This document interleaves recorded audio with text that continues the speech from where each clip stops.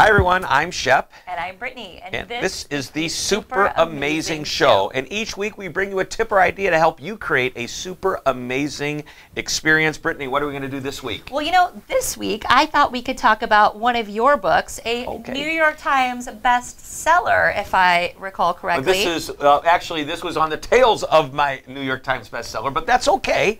It was a great book that actually sold more than the New York Times bestseller, just for whatever reason. It should have been. It should have New York been. Times bestseller. Right. All right, amaze every customer every time. And this is such a great book because you spell out things people can do for an entire year. Yep, there's 52 year's tips. worth of tips. But the one that we're going to talk about today is, I think, tip number 22 from page 116, starting over. What is 164?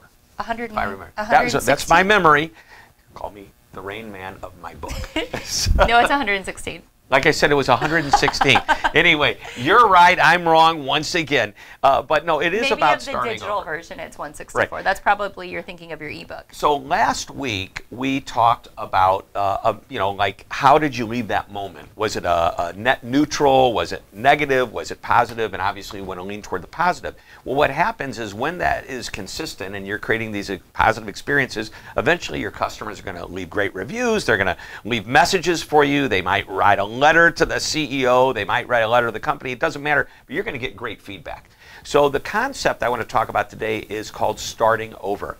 And one of my friends who's no longer with us, he owned a restaurant. And his restaurant was one of the top restaurants in the entire United States, Michelin rated, 5-star kind of a restaurant. And he used to get accolades every day about their meals. The guests would say, great meal. They would send emails. It would leave voicemails.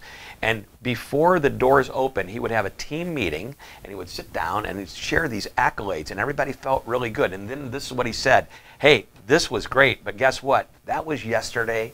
Today's a new day. Those doors are going to open and we start over. Metaphorically, as you start over, just recognize no matter how good you were yesterday, today's a new day. And when you're good yesterday, it raises the stakes a little bit because now your customers are expecting you to be that good or better, because when you're not, it creates that sort of cognitive dissonance in their mind of, wait, why wasn't this as good as last time? Did I imagine it was that good last time? Was something wrong? And they may not be back for a third time. Yeah, so we'll talk about this again later on, but the consistency of the experience always needs to be positive. You want your customers saying things like, they're always wonderful, they're always great, they always do what they say, they always take care of me even when there's a problem.